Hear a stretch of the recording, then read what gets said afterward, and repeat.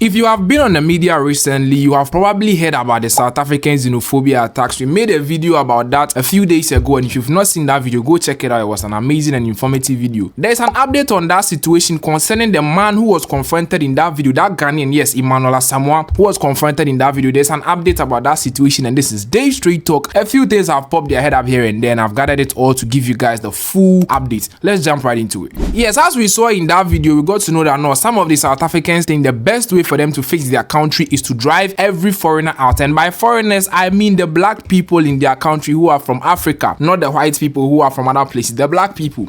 Cool. We got to see them in action, sacking some of them, getting violent with some of them, forcing them to close down their shops, and then South African nationals looting or stealing the goods from the shops that were closed down. It was an appalling sight to see, and Ghanaians were not happy about that because the most viral clip of them all was a confrontation this Victoria Africa woman had with one Ghanaian, Samuel Ablakwa, of which he was being harassed and mocked and all that, asking about his papers, what he's doing here, he should go back and fix his country and all that. I'm sure by now you have seen the video, but if you haven't seen it, this is a bit of it. Now we're making it very clear to you guys, Utitina, we don't want you here.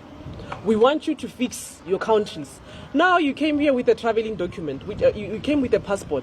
You know that you are a visitor, but now you decided to come and integrate in our communities. You know very well that what you have done is wrong. How many children do you have here? We can come to Ghana and do what you're doing. Passport. Eh? Yes, now you are carrying a bucket. It's 11 a.m. You were supposed to be fighting the government of Ghana there to ensure that they are getting things right. No, there's no fight in Ghana. You must fight what they did. Where's your papers? Passport. Passport. Where's your passport? Take it out. Baba. Let me see your passport. Let me see.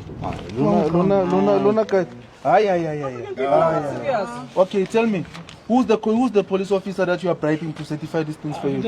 Baba. So after this video got posted, it went super viral and Ghanaians were concerned about the man's well-being. Lo and behold, our Minister for Foreign Affairs, Honorable Samuel Ablakwa, has stepped in to confirm to us, said no, they have gotten in contact with Mr. Emmanuel and they are making sure Mr. Emmanuel is okay. He'll be relocated to a different location that will not be disclosed because now he's viral and they want him to stay safe. They will not mention the location he will be relocated to, but then the Ghanaian government to relocate this man safely to a different location and then make sure he's okay. By the way, how is he doing? You got in touch with him? I can confirm to you that I'm in constant touch with the Ghanaian. His name is Emmanuel Asamoah. I've spoken to him directly. And the man in the video? Yes, and I have good news to share with the good people of Ghana. The government of Ghana has decided that we will relocate him. You relocate this Emmanuel Asamoah, yes, the gentleman in the viral video. At full cost, we will take care of his relocation and resettlement out of South Africa. I will not at this point disclose where we will be relocating him to, but because of how viral the video is, this gentleman, and the fact that his identity has been exposed and he's been the subject of a lot of trolling, threats, we have taken the decision to relocate him and to have him reintegrated. Then again, the minister went on to express his views about what is going on, showing us that there are more than 3,000 South Africans in the country at the moment, according to record. More than 3,000 South Africans are here. So he doesn't understand why some of these people in South Africa think driving out other people from other countries will make their country any better, because some of their citizens are also here. Her ignorance and bigotry is most alarming. Currently, as we speak, by official records, 3,194 South Africans who are living here. If you check our NIA data, the number of South Africans who have registered as non-Ghanaians to obtain the Ghana card, 3,194. 3,194 official statistics. So, to make the claim that if you travel out of your country, then you're probably out of your mind. You don't want to fix your country. Is she aware that there are over 1 million South Africans living outside South Africa? I mean, these are official statistics. And then this claim that... To top it on, Mr. Emmanuel Asamoah has also granted an interview letting all Ghanaians know that he's safe, he's doing very well, and he wasn't attacked and all that. So, all right. So we have in my office this morning Emmanuel Asamoah. the gentleman who was accosted by our brothers and sisters from here on the streets of Soweto. Imabili abako. I say, Ubia and Empire India Maone. Bibi Ekoye, Boko, Ebusiano saying, Ubia very well. So Ima came over today. We've had extensive discussions. I have also expressed the goodwill from His Excellency the President and also the Honorable Minister, Samuel Ablakwa, to him that we are here to serve him. We are here to ensure that we protect the interests of the Ghanaian people. Our concern is to make sure that he's okay, and he's right here with us, believing that whatever we are doing diplomatically to solve the problem, we will work together with both governments to ensure that it's done. Ima, who are some kaka obeso kache dana for now? Sasam kaka mekanse nehoye. Yidi ne course and ene jana no moya mesana bets. Anko pando boni ni anto no hoyena. Yes nene ha komisi wa hano peya. Ye nyanko tanwo di nti.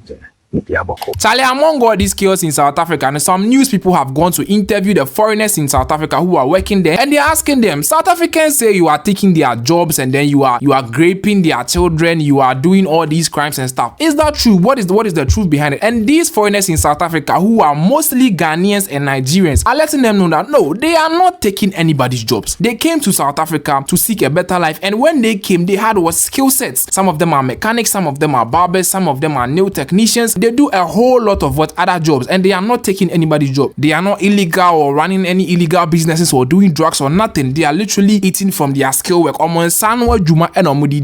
whose job are they stealing? Right now, on only Jaya Juma now, Wana and Bababe Jumano. Most of these South Africans, according to them, are lazy and do not want to work. I have a master that taught me at school in Ghana. So we'll be seeing them all around here with their fathers drinking together. And then at times I used to, please, why can't you give me this boy to train him to become a mechanic? Say, a nice cat. I don't have time for that. The bottom line is laziness. People are lazy. People don't want to work. Simple as that. As a foreigner, when I come to this country and I read what is going on here, and I see this is free to get a certificate and get a job. I got a skills already. I come to this country. What must I do? I have to go and get a certificate and get a job. When you get a job, they say you're a foreigner. You don't have ID. They chase me out. When you grow, what are you going to do to support yourself? You understand? We haven't taken anybody's job. I'm telling you. If you like, let's leave this place for them. 1,000 years. Nobody can work. Nobody can work here. If you don't have a skill, you can't work. They employ people that got ID, but they can't work. You understand? They employ people that got ID book, but they can never do nothing in that company. Right in the city center, you keep unemployed people. So what do you expect them to do? Because they need to eat, they need to sleep, they need to survive, they need better life. You know, so they have to come and sit on those who are working. This man is the owner of this garage. Why can't they come here that, please, I have a son who is 15 years or is 14 years. I want to give you this boy.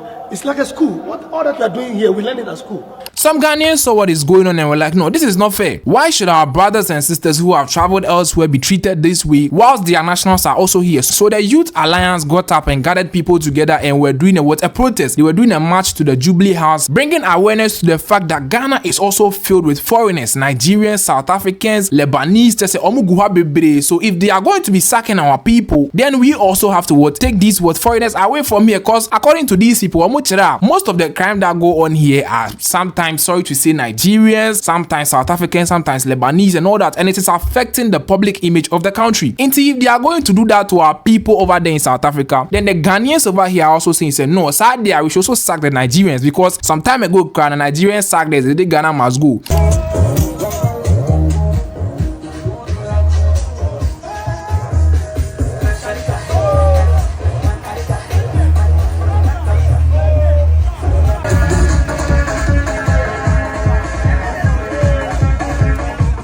We do not have problem against foreigners. We have problem against illegal migrants here.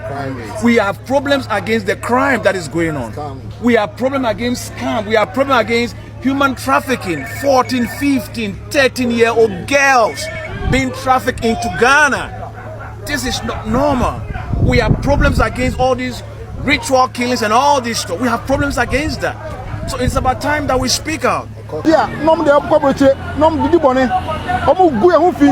Ejama say kwampo no Ghana emma ya ye die hu ni wabroche enim say ye Ghana for there e be ko bia no e di mpa nam no ayedi ni say bohem no na alata ni sabe of Ghana passport we da ko to nu bone ya chi na Ghana ni na Ghana ni Ghana ni esibebre ya migration for nim and odru border so a who support on that dampan Fulani phone ram